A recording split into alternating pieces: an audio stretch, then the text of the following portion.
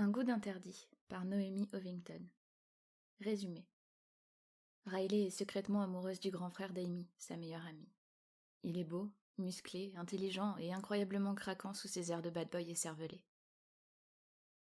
Considérant Jackson Hayes comme un fruit interdit, elle se contente de l'admirer de loin. Sauf que Jackson a bien remarqué que la petite Riley était devenue une femme l'été dernier. Un petit jeu de séduction s'installe entre eux. Entre des regards en coin et des baisers volés, oseront-ils braver l'interdit ou renonceront-ils à cette attirance qui pourrait bien les mener au grand amour? Chapitre 1, partie 1, Riley. Cela fait plus d'une heure déjà que le proviseur nous étale son discours sur le début des classes.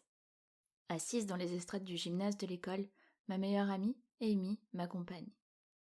Nous nous échangeons un regard soulagé lorsque celui-ci dit enfin « Bonne année à tous », qui se suit d'un chuchotement désespéré de mon amie, mimant du bout des lèvres un « Je croyais que ça ne se terminerait jamais ». Je souris, tandis qu'elle roule des yeux, exaspérée.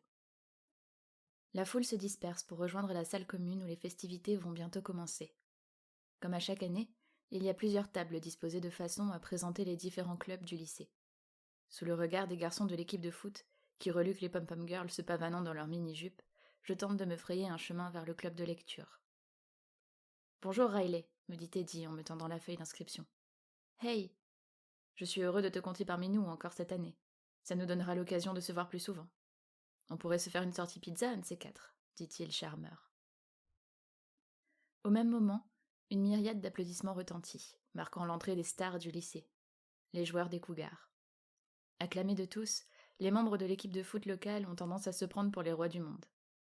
Je ne m'intéresse pas à toute cette mascarade. Ce qui m'intéresse réellement, c'est le beau brun qui porte le numéro 19, Jackson Hayes. Je l'ai toujours trouvé impressionnant. Dès l'enfance, il m'intimait confiance. Je me sentais en sécurité lorsqu'il était près de moi. Excepté quelques regards en coin, je ne m'autorise toutefois pas à le contempler. Jackson est le grand frère d'Amy. Toute relation autre que fraternelle entre lui et moi est donc impossible.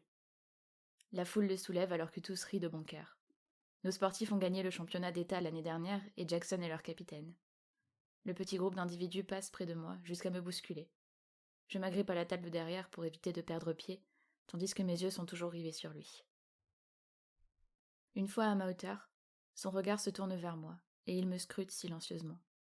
Ses iris couleur noisette me transportent à des années-lumière du moment présent. Je suis clouée sur place, tandis que j'ai l'impression qu'il me voit pour la toute première fois. La température de mon corps monte en flèche et mes sens se mettent en alerte. Les mains moites et le cœur battant la chamade, je n'ai plus conscience de ce qu'il se passe autour de moi. Tout ce que je vois, ce sont ces deux cercles bruns accrochés à mon regard. Je déglutis nerveusement, alors qu'un sourire de satisfaction naît à la commissure de ses lèvres. Ma fascination est interrompue par Amy qui me tire le bras. « La terre à paye, Riley !» dit-elle en faisant d'étranges mimiques pour me sortir de ma rêverie. « articulai-je. « Qu'est-ce que tu regardes comme ça ? On dirait que t'as vu un fantôme tellement tu es pâle. » « C'est bien le cas. Le fantôme de mes rêves, murmurai-je pour moi-même. « Bref, dit-elle pour changer de sujet. Je nous ai pris la brochure de l'équipe de badminton, du club de maths et de celui de théâtre. Il va falloir qu'on s'inscrive à plus d'activités parascolaires cette année si on veut augmenter nos chances pour l'université. Il nous reste encore 2 ans de lycée. Tu ne trouves pas qu'il est un peu tôt pour penser à ça ? Bien sûr que non. Ce sont ces 2 prochaines années qui détermineront tout. Notre parcours scolaire, nos notes, tout ça sera pris en compte lors de notre admission à l'université. Tu ferais bien d'y penser. Je me suis inscrite au club de lecture, c'est bien, non ? C'est pas nouveau, tu dois varier tes champs d'intérêt. Toute cette politique pour entrer à la fac, ça ne m'intéresse pas du tout. Je veux entrer dans une université qui me voudra moi, et pas un dossier bien rempli de plus. Je mise plutôt sur l'entrevue, là au moins je pourrais dévoiler mes multiples talents et intérêts en ce qui concerne ma passion, la danse. Je n'ai pas besoin d'un dossier en béton pour entrer dans ce programme. Tout ce dont j'ai besoin, c'est mon talent.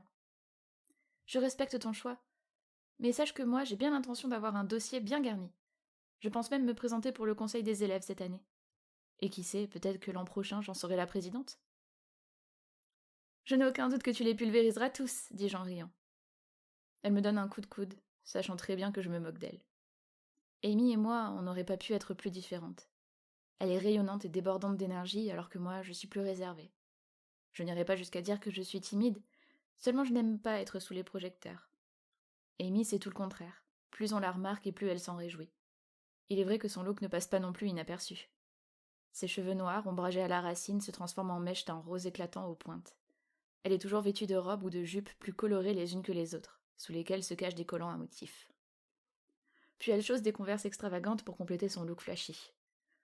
Quant à moi, je conserve ma tignasse naturellement rousse, me maquille peu et je suis à peu près toujours vêtue d'un jean et d'un t-shirt. Il n'y a rien d'extravagant chez moi. Étrangement, je crois que c'est ce si grand contraste entre nous qui fait en sorte qu'on s'entende si bien. Elle est mon autre moitié, et ce depuis toujours. Sa maison étant voisine à la mienne, nous sommes devenus amis avant même d'apprendre à marcher. J'ai toujours su que je pouvais compter sur elle, et tout lui dire. Sauf ce secret, qui me brûle les lèvres depuis tant d'années. Je suis amoureuse de son frère. Cet été, son physique a changé, et ce n'est pas pour me déplaire. Les muscles de ses bras ont pris du volume, sa mâchoire s'est élargie pour devenir carrée et ses cheveux ont poussé. Sans parler du six-pack qui découpe ses abdos à la perfection. J'ai pu les admirer lors de nos journées sur le bord de la piscine et j'ai bien cru que j'allais mourir sur place en le voyant ainsi, le corps ruisselant au soleil. Heureusement pour moi, il ne s'intéresserait jamais à une fille comme moi. Il me voit encore comme la gamine qui jouait dans la boue avec sa sœur. Même si ça me brise le cœur, cela me permet d'avoir la certitude de ne jamais franchir cette limite qui briserait mon amitié avec Amy. Après tout, les garçons ça dure un temps, mais les amis, c'est pour la vie.